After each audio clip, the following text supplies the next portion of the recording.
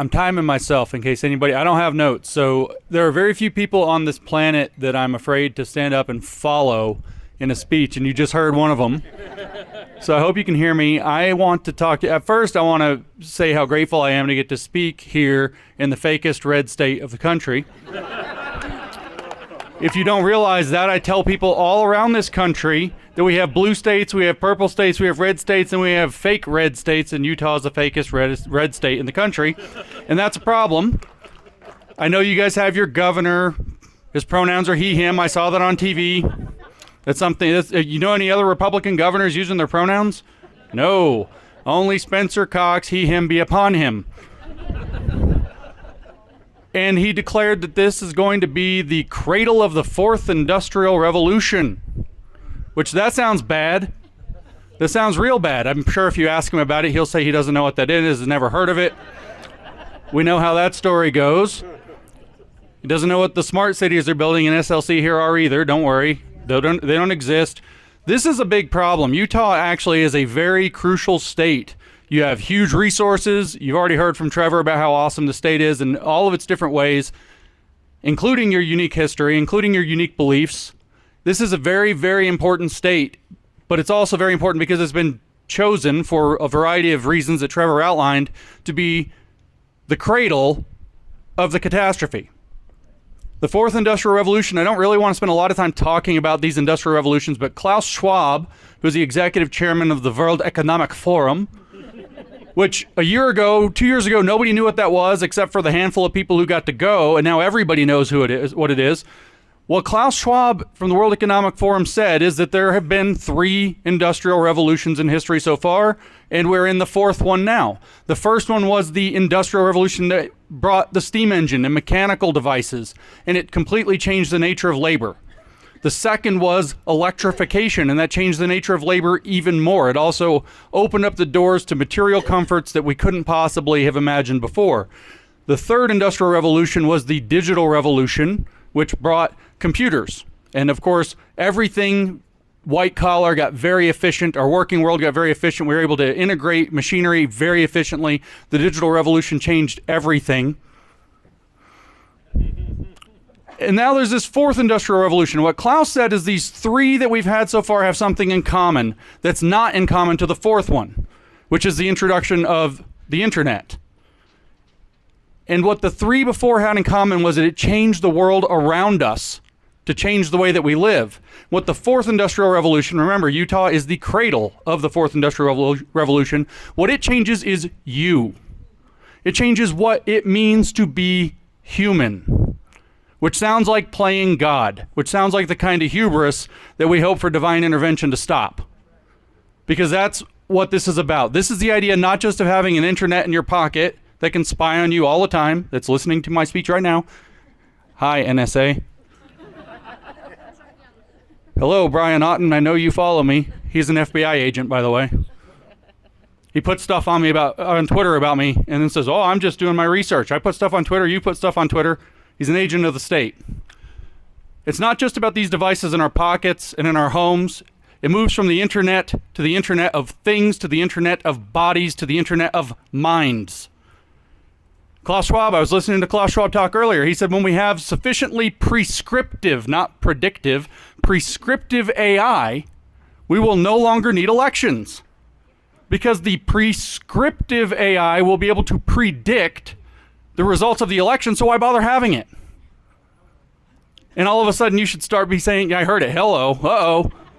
Why bother having it is because we know that they can monkey the algorithm, and we know that they will monkey the algorithm.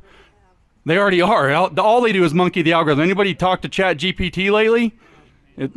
It's a little bit, I don't know if you're allowed to say full of shit in Utah, but I think we can agree that that might be an exception.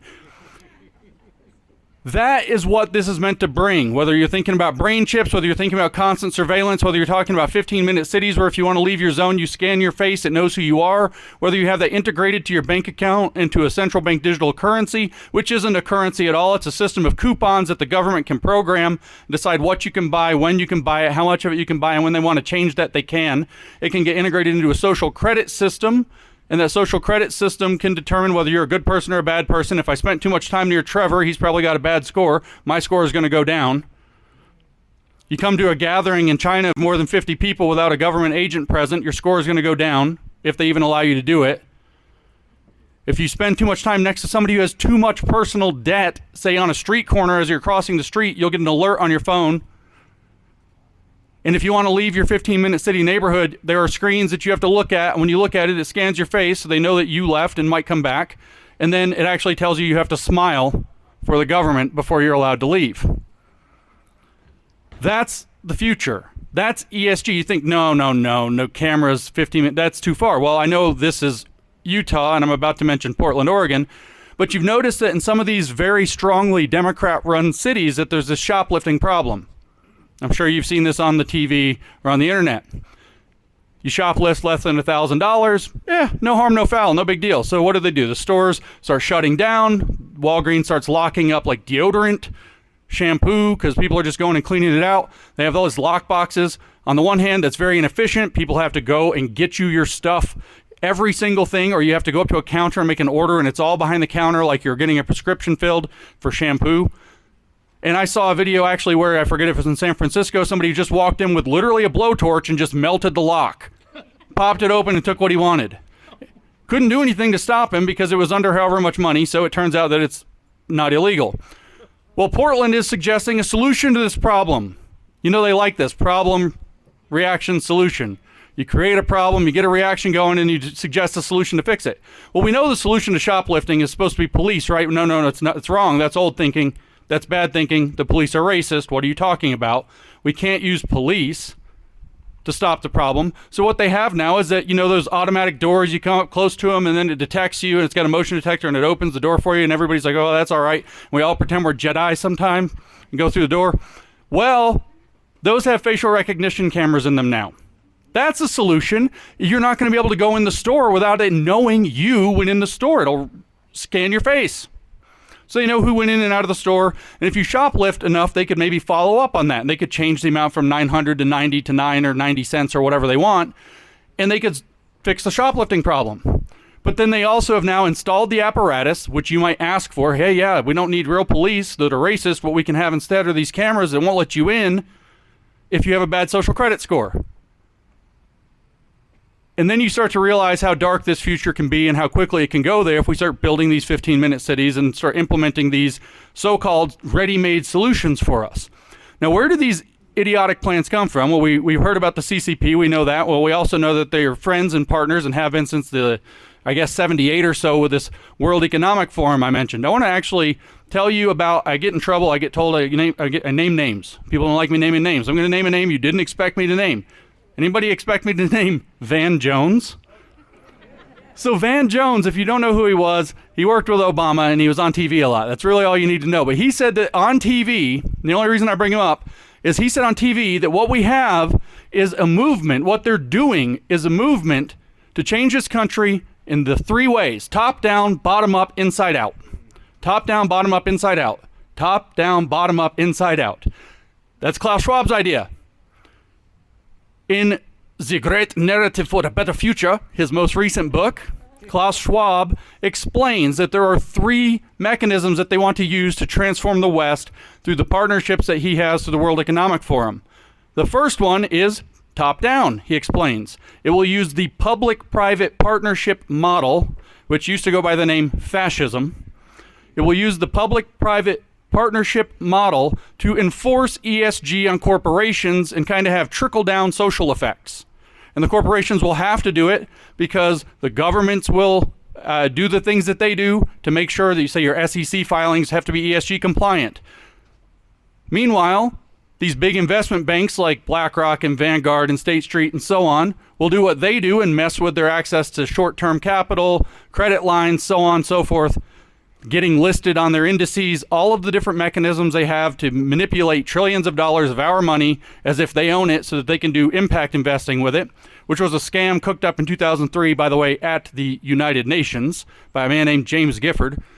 They're going to do that to force the corporations to go along. And then the corporations, well, they don't want bad elements. We just saw Nigel Farage get debanked.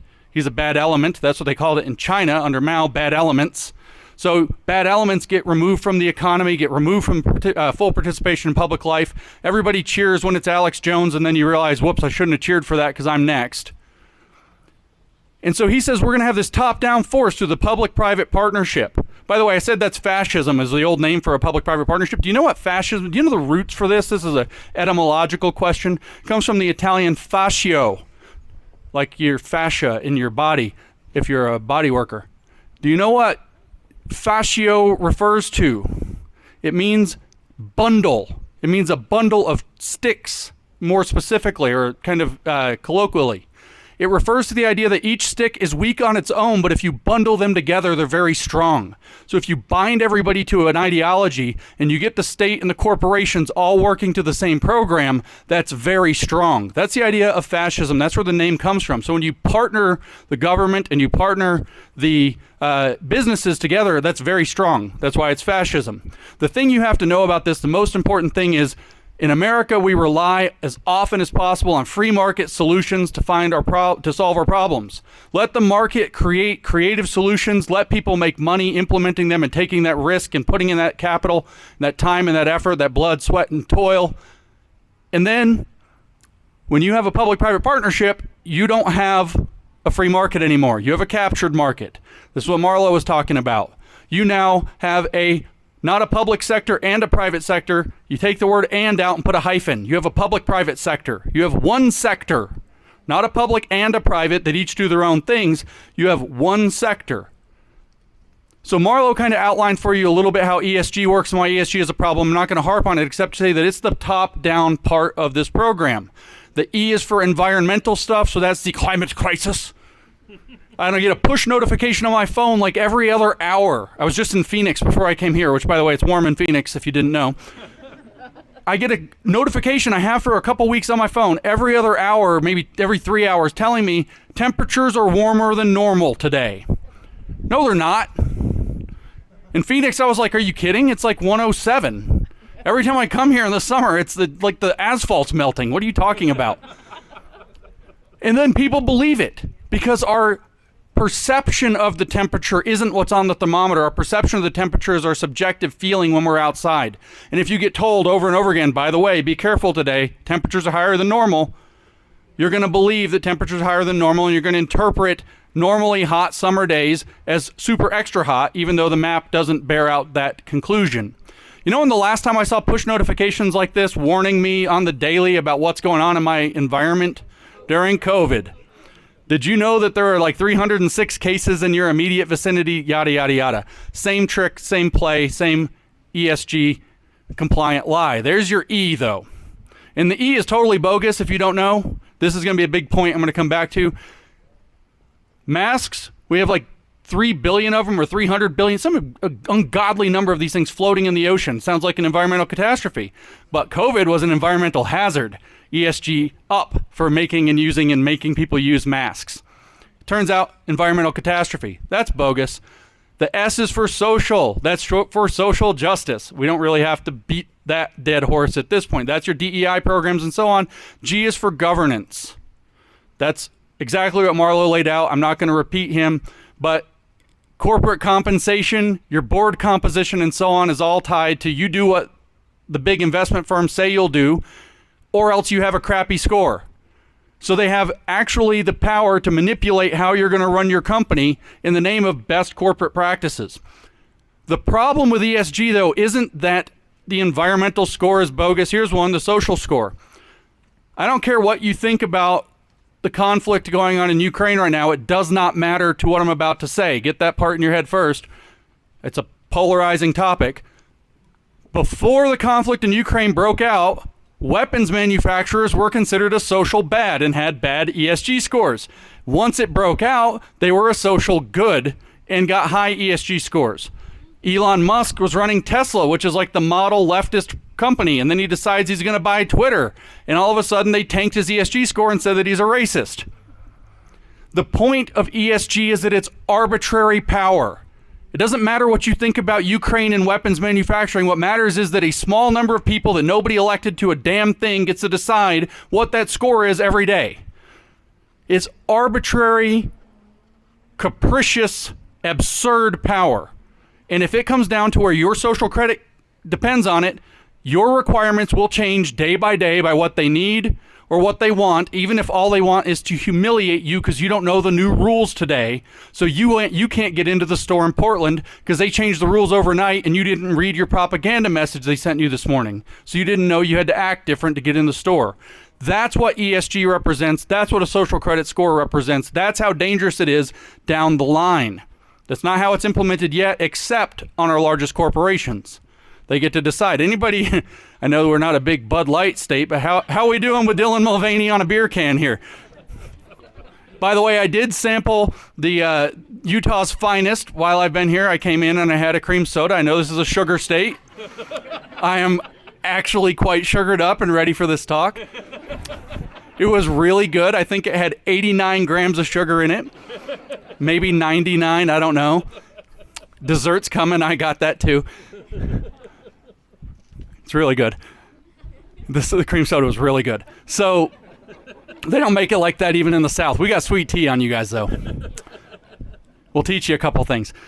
So that's what ESG represents. So that's the top-down part of top-down, bottom-up, inside-out. What about bottom-up? Well, the bottom-up, Klaus Schwab tells us in The Great Narrative for a Better Future, he tells us that's going to be the young people. You see, if the companies don't want to do what they're told from the top down through ESG manipulations and mechanisms in the public-private partnership, what's going to happen instead is from the bottom up, the young people will be taught not to support anything that's not compliant with that vision. They're raising our kids to be what they call global citizens. Global citizenship education is what they call this. What is the definition, if you read the books that they've published about global citizenship education, what is their definition for a global citizen? Oh, it's a citizen of the world. No, it's not. A global citizen is somebody who supports the 17 Sustainable Development Goals of Agenda 2030 from the United Nations. That's actually the definition. And that's what they are moving. The National Education Association Foundation has already laid out full-blown K through 12, every single grade level curriculum for the 17 Sustainable Development Goals. UNESCO published a 100-page document last summer explaining that every school of higher education, not just colleges, universities, community colleges, but also medical schools, law schools, maybe even trade schools, every institute of higher education in the world will rewrite its mission statement to satisfy the 17 Sustainable Development Goals, if UNESCO has the sway to make that happen. And of course, President Trump took us out of UNESCO and President Biden put us back in UNESCO. So we are technically, once again, one of their member states. So this is something we have to take pretty seriously. The goal is to indoctrinate the youth so they won't buy from a company that has the wrong values. They won't work for a company that has the wrong values. Anybody tried to hire some kids lately? Yeah. They won't work for a company that has the wrong values. They won't do business with a company. If they make their own company, they won't partner. They won't buy from. They won't put you in the supply chain. These supply chain mechanisms are really powerful with ESG, but they want that enforced from top down and bottom up. So the education system primarily is meant to make bottom-up change so that the grassroots, not of today but of tomorrow, will demand it. That's why it's so crucial that we fight so hard for education and we take our education back from these tyrants, because they're going to brainwash our kids to sell us out. This segues into the third one, which I'm going to touch on, and then I'm going to talk about Mao, because that's what you actually asked me to come talk about.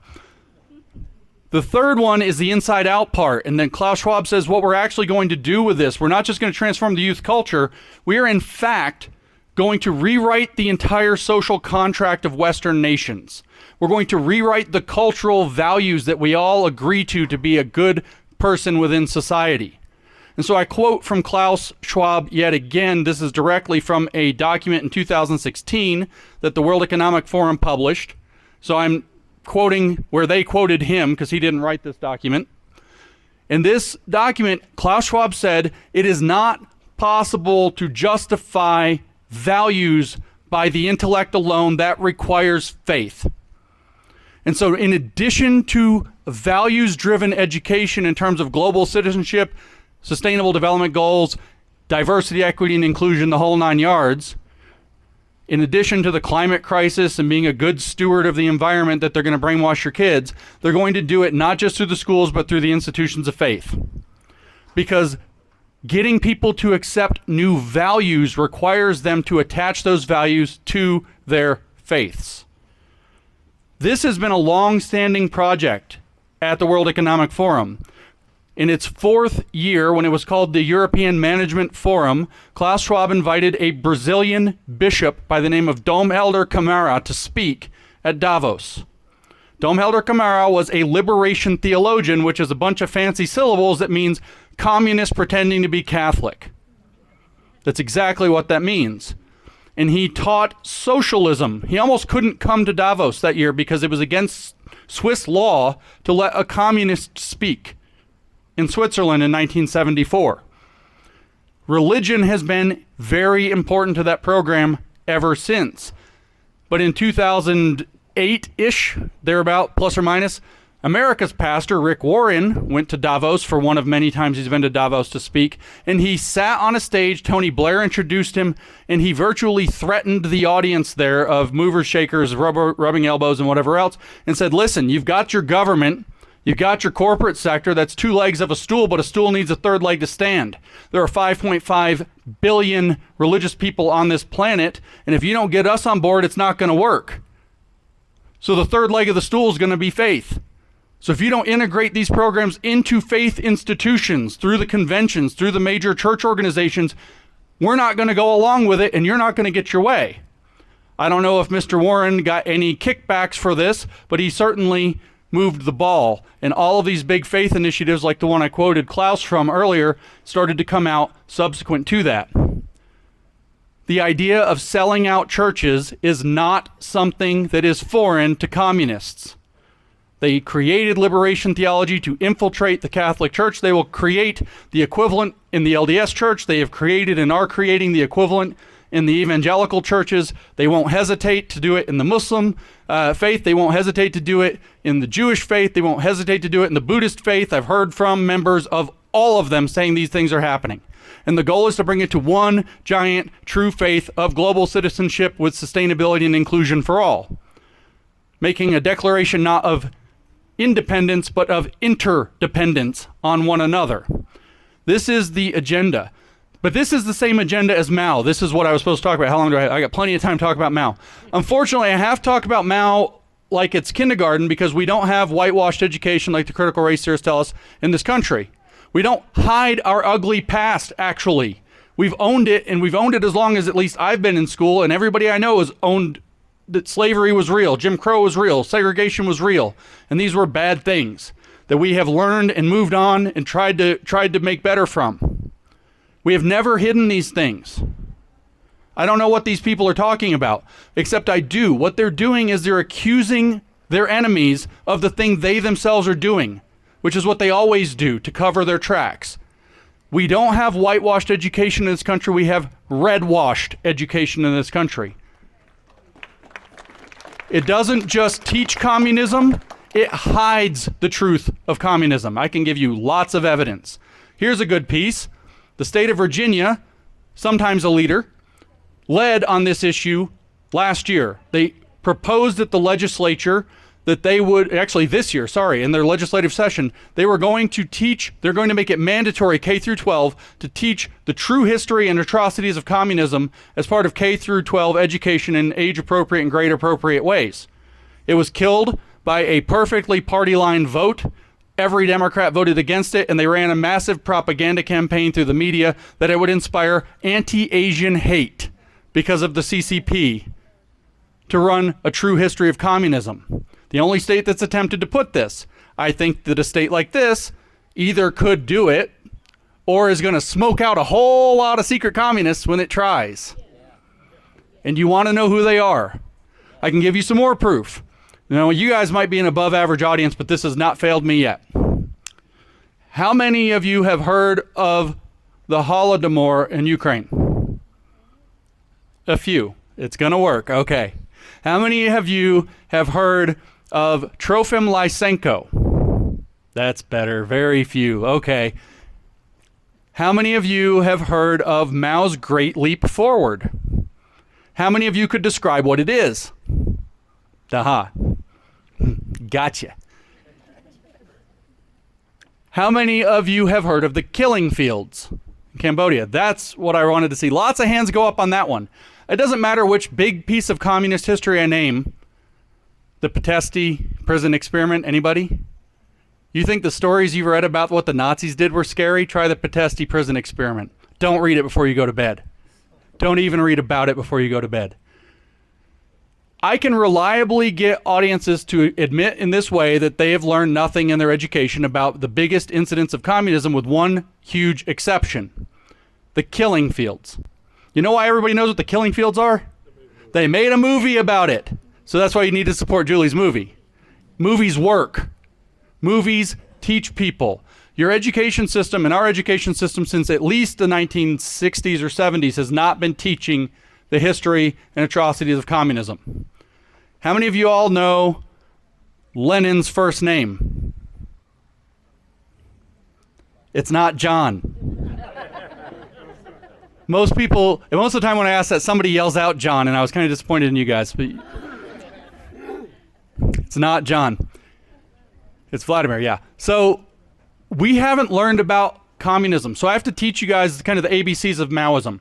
So Mao took power in 1949 through a traditional military coup. October 1949, the CCP takes power over the former Nationalist Party, which was called the Kuomintang.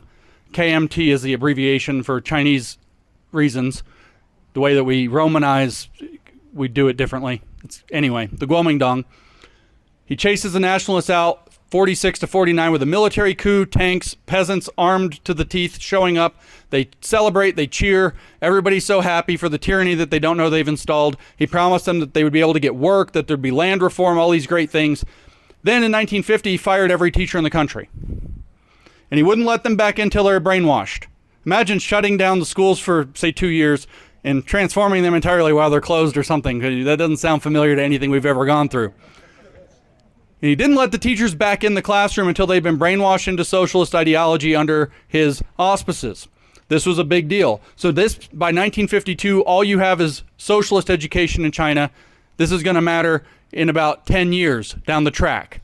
They're brainwashing every kid. 1957, he launches a program called 100 Flowers Campaign. Let 100 flowers bloom. Everybody's allowed to come criticize the socialist government. Tell us all what you hate about how China's being run, and we'll make it better. So people stupidly trusted him. They wrote letters, they said things, they published newspaper articles, and in 1958 he decided that that was not going the way he had hoped. It was not improving socialism. The criticisms were working. People were losing faith in his program. So he rounded up everybody who said they hate socialism and had them killed. Huge purge followed the 100 Flowers campaign. 100 flowers bloomed, he cut the heads off every one of them.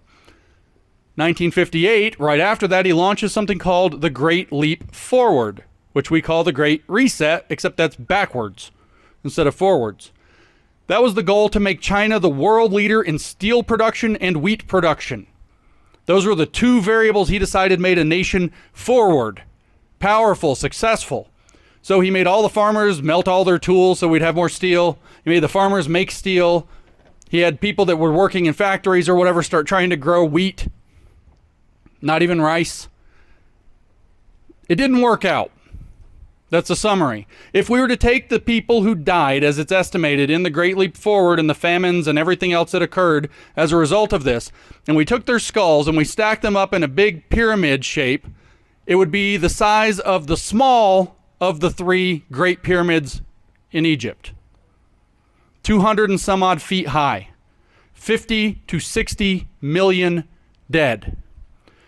Ruined the economy, destroyed the country so badly that they took Mao Zedong, God of China, and made him step down from office in 1962. Well, remember all of those kids he started to indoctrinate 10 years earlier. Mao wanted his job back. His new biggest enemy in the world wasn't America or Britain or the Japanese and all these people that he hated, or the old Kuomintang. His biggest enemy in the world became Liu Shaoqi, a CCP operative who became president of China in his stead. And his objective became get him out of office. So he motivated young people who had been indoctrinated to think he's God, to think his system is the one true system, to start taking to the streets. High school kids, middle school kids, college kids, even elementary school kids, to destroy and smash the four olds. You see a statue of something old China, destroy it. Is it in somebody's house? Rob it out of their house and destroy it. Religion, destroy it. Parents with old ideas, destroy them, humiliate them. Teachers, destroy them, humiliate them. Told the police to turn a blind eye. Actually, more than that. He told the police if the Red Guard attack you, you cannot defend yourself. Not even the police could defend themselves. Until finally, this launches in 1966. In 1967, near the end of the year, this is what's called the Cultural Revolution, by the way. The end of the year, he rounds up, his Red Guard, I should say, teenagers round up the president of China. Pull him out of office, beat him and humiliate him in the street. Liu Shaoqi gets sent to die in misery in the countryside. Mao steps back into power. And funny that, a month later he decides the Red Guard is too radical, too left, and he unleashes the People's Liberation Army on them and destroys them too. This is communism, folks. This is what communism does. This is how communism works. This is how it looks. How did Mao do this, though? And that's what's going to be so pertinent to our lives today. He had two really, really big tools. One, of course, being that he had the youth. But what did he use as tools? One was a formula he bragged about. Unity, criticism, unity. He says we start from a desire for unity, then we find the right and wrong through criticism or struggle to arrive at a new unity on a new basis. And the new unity on a new basis was called socialist discipline. He said that we have all the freedom we want in China as long as it's under discipline, socialist discipline. Just like we have all the democracy we want as long as it's democratic centralism. It has to be centralized in the party for it to work. And he separated the entire nation into friends and enemies. Friends of the socialist thing, good, red class. Enemy of the socialist thing, bad, black class. Have too much money, you're an enemy. Fought against it, you're an enemy. Have too big of a farm, you're an enemy. Are you a bad element or a domestic terrorist maybe? Are you a counter-revolutionary? Are you a right-winger? Those were his categories in the black class. In other words, he used this formula of unity, criticism, unity and enforced it through constructed identity politics. He created an identity politics system. If you were in the black class, you were not a citizen. You were an enemy of the people. You were treated to the full force of the dictatorship. You were to be humiliated and smashed. You were to be robbed. You were to be beaten. Nobody was to intervene on your behalf, or else their equivalent of social credit would go down. If you had a red class category, you escaped some of the worst of that, but then you had to fight like hell to keep your red class. You had to turn in your neighbors, your parents, your grandparents. You couldn't possibly associate with the wrong people, except to denounce them in public and humiliate them. You would do anything you could to stay a person, even though it means selling your soul. We have this same exact program happening today. Unity, criticism, unity. We start with a desire for unity because we just want to make a campus and a state or a city or a whatever where everybody feels like they belong. I think I've heard your governor say that. We just want a place where everybody feels like they belong. It has to be an inclusive space. But we can't have that because some of you here may not be racist in the old way, but you participate and are complicit in systems of racism that make certain members of our community, the people of color, not feel like they belong. Maybe you harbor homophobic or transphobic sentiments, where if you noticed, anti-LGBTQ hate, as they call it, includes saying, no, you don't get to be nude, dancing around in a sexual manner as a drag queen in front of my child in public. That's classified as anti-LGBTQ hate.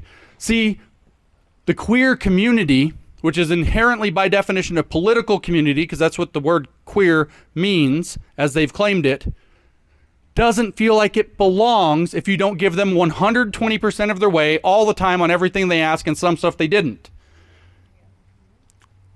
And they can't have unity on a new inclusive basis until you get on board with the program. So you need to be criticized for your transphobia, your homophobia, your hate, your conspiracy theories. You need to be humiliated. You need to be fired from your job and canceled. All of these things that Mao did, they're doing to us until we have a new unity on a new basis. You might remember when Joe Biden got installed, and I did not say elected, when Joe Biden got installed as president of the United States of America, his first bid was, we are going to have unity in this country. And thankfully, you won a culture war battle of national scale without even knowing it, because conservatives laughed and said, yeah, right. Pandemic of the unvaccinated, all this stuff you've just said, we're not accepting your terms for unity. New unity on a new basis is the program that they tried to foist on us when he took office. New unity on a new basis is the goal of DEI programs at work, of ESG training at work. We're going to have a new, sustainable, and inclusive future, like Klaus said, that ESG is going to enforce from top down, bottom up, inside out. And the church leaders are going to get involved because they need faith as the third leg of the stool. The identity politics, I think, is pretty obvious. He created this class warfare and a pressure pump. If you were classified as black, that's contagious. If I'm a black class and I hang out with Trevor, Trevor might end up being a black class before the end of the day. If I'm a black class, my kids are black class by default, unless they denounce me and overthrow the family and change their names like the trans people do. On the other hand, if you're a red class, you're going to denounce everybody you can, struggle everybody you can, harass everybody you can, and never deviate from it a bit, even if you disagree with it, because you're going to do everything you can to stay a favored member of the community. So there's not just a dynamic, there's a pressure pump pushing people. So here, you're born in some racial class, you can't help how you were born, your skin color can't change. We noticed with Rachel Dolezal, you can't change your race, that's not allowed, that's a big stink that's happening again. You can't change your race, but you need to feel guilty for it. You need to do better. You need to learn about systemic racism and white fragility and all the rest. You need to be an activist, you need to be an ally. You need to be an ally to the LGBT people. But that's not good enough, because then you're just trying to protect yourself from accusations of racism. You're just trying to make yourself look good and feel good. There's actually only one way out of all the bullying that comes with critical race theory, even if you're paying the piper over and over and over again at every demand they make. It's to become a gender or sexual minority, at which point they can't say a damn thing to you. You have to become a queer political activist. And it might not work on you, but the pressure on your children is immense. I recently sat with Charlie Kirk in front of 700 high school and college students, and Charlie said, raise your hand if the social environment, the incentives where you go to school are such that it is cool, it is accepted, it is incentivized to be in the LGBTQ umbrella. Every kid in the room raised their hand. We asked the same question for straight. No kids raised their hand. A friend of mine in Illinois went to get her son food. They rode together to the fast food place. 14 years old, decides to drop a bomb on mom. Hey, mom, will you still love me if I'm not gay? Was the question. So she starts digging into this. That's the pressure that the school's creating, and the belief that the schools had made for him, despite his staunchly conservative and religious home, was that your parents probably won't accept you if you aren't gay.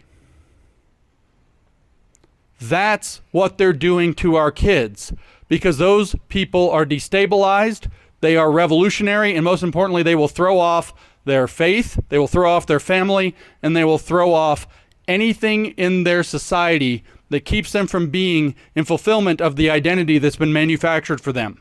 That's the purpose of these, and that is Maoism happening to our kids all the time in our schools. And if you say anything about it, they'll say that's not happening, but it's a good thing if it is. That's exactly what Mao did, and that's exactly what's happening with our kids. It's just not socialist BS, it's identity politics BS that they moved from in the 1960s in what's called Western Marxism to take over the West from within. So we are under what's called a cultural revolution in this country. It's not a culture war, it is a cultural revolution. The goal is to create top-down, bottom-up, and inside-out pressure at every level of society to achieve the three primary goals of communism. Communism seeks to destroy three things everywhere it goes, and the answer is not everything, although that's true. It seeks to destroy family, it seeks to destroy faith, and it seeks to destroy private property. So what do? You have to protect those things. You have to protect your family. If your kid's school is doing this, I hate to tell you, you've got to get them out of it. Doesn't matter if it's private or public. If that's too much for you, you have a lot of work to do because you got to deprogram 7 hours of programming every day. You're going to have to watch what they watch on this thing. You're going to have to watch what they watch on television. You're going to have to get real involved. You're going to have things like family dinner. Maybe that's big in Utah. It's actually big in Wisconsin still. You're going to have to do these things. You have to protect family. You're going to have to drill into your faith and be true to your faith and understand your faith, not just be a guy in the pews. You've got to get active. You've got to get based in your faith. And if you're not particular, I know this crowd probably is all religious. If you're not particularly religious, or if you are, you need to get based in the faith that this country can come back. This is what Trevor's talking about. God never rescued a bunch of whiners. Read your book of Numbers, chapters 11 through 14. He doesn't rescue whiners. He doesn't rescue the complacent. He doesn't rescue weak people. You have to demonstrate faith. So have faith in this country. If somebody tells you it's time for a national divorce, it's all over, we already lost, you don't have time for that. Shake the dust from your feet as you walk away. And you have to take lots of effort to protect private property. They are not coming and just seizing your property for the most part. This is where ESG comes back.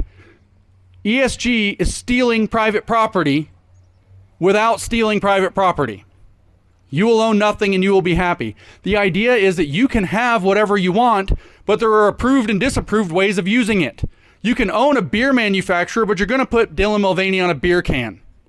You can own a clothing manufacturer, but you're going to put a trans person on the commercial. You can own a media company, but Mickey Mouse is going to have to do something abhorrent.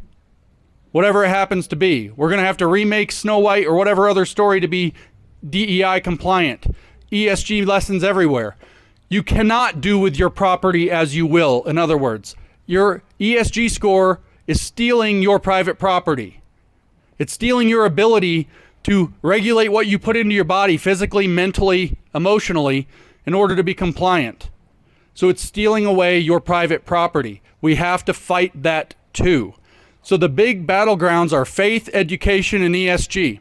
They have to be fought for, they have to be defended, and we must protect our children. The most important value, I know I'm a little over my time and I wrap it up. Most important thing, what can you do? 2 things I'm going to tell you. Number 1 is that you need to love the truth with all of your heart and all of your mind and all of your soul and all of your strength. And you have to go proclaim the truth in love. It is not enough to want to say the truth or care about the truth or think the truth's important or speak the truth. You have to love the truth. You have to talk about the truth like you love the truth. You have to talk about and defend the truth from every malicious lie, every distortion.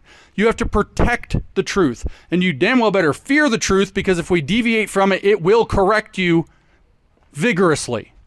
If I suddenly believe that I can climb up here and jump off this thing and fly because that energy drink was so good,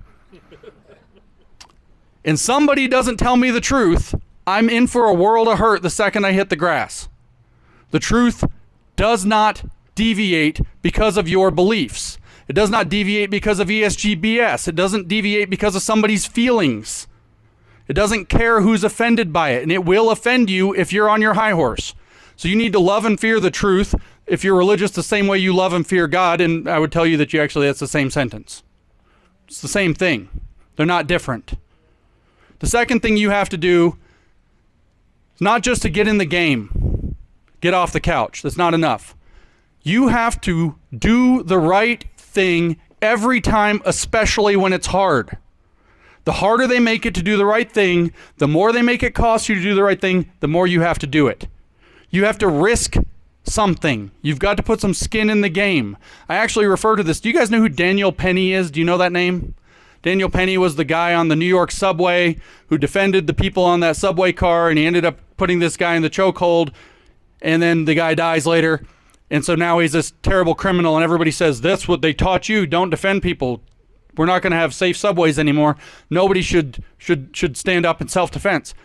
That's totally the wrong message. And if a conservative said it to you, you should rebuke them and call them to repent. You do the right thing. Daniel Penny did the right thing. Yeah, he's paying a price, and look what it's doing. It's waking up a nation. You have to do the right thing, especially when it costs you. If you don't have the courage to do that, you need to start soul searching. You need to start thinking about what's really at stake. As Jordan Peterson says, you think I'm courageous. I'm not. I know what to be afraid of.